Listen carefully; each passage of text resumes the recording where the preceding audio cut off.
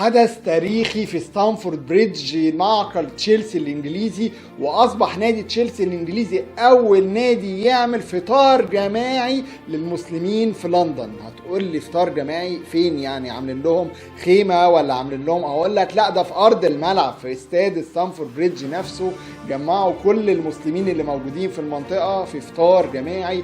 ومش كده بس، ده الاذان كمان اشتغل جوه الملعب، وقدروا كمان ان هم يصلوا صلاه المغرب وصلاه العشاء جوه الملعب في حدث اول مره يحصل. نادي تشيلسي الانجليزي بصراحه ليه كل الاحترام ان هو يعمل حاجه زي كده، ونادي تشيلسي علق على دوت وقال ان هو بيحتفل بجميع المشجعين المسلمين اللي موجودين في لندن، وبالاخص في مقاطعه ستانفورد بريدج، من المسلمين ومن الطلاب ومن مشجعين النادي، كلهم كانوا مرحب بيهم للفطار داخل ارض الملعب.